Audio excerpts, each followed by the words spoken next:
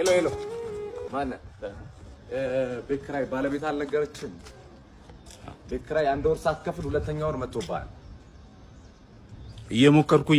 እየሞከርኩኝ ነው ትላለህ እንዴ? እየሞከርኩኝ ነው። ያንተን የቤት ኪራይ ልከፍል እየሞከርኩኝ ነው። የልጆች ትምህርት ቤት ልከፍል እየሞከርኩኝ ነው። የሚበሉት አጥተው እየሞከርኩኝ ባለቤት ላማታል። ሰው አይደለ እንዴ? ይኸው ተመልከት። ይሄ የልጆች ጌም የሚጫወቱበት ልሸጥ እየሞከርኩኝ ነው። አስብ እንጂ ሁሉም ሰው እየሞከረ ነው በዚህ ሰዓት። እጁን አጣጥፎ የተቀመጠ ሰው አለ እንዴ? ታገሰኝ በቃ። እየሞከርኩኝ ነው።